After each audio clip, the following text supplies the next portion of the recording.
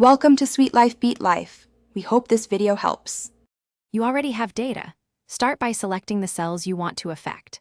Once selected, open File, go to Options and choose Advanced.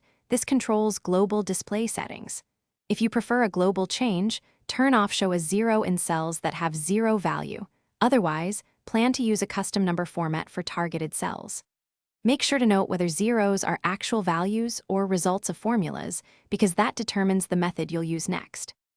Now you'll choose between formatting and conditional rules. For precise hiding, apply a custom number format like 0, -0, to the selected cells. This shows positives, negatives, and text, but omits zeros. Once done, you can instead use conditional formatting. Create a rule where cell value equals 0 and set font color to match background.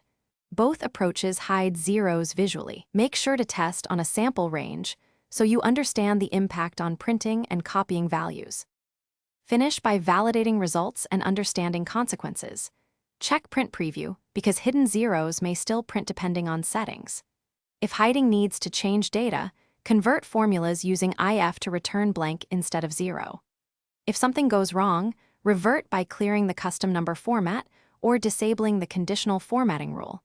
Make sure to inspect any pasted values, because blanks versus zeros behave differently in calculations. If you still see zeros, confirm they are numeric zeros and not text that looks like 0. Thanks for watching. Consider subscribing if we helped you.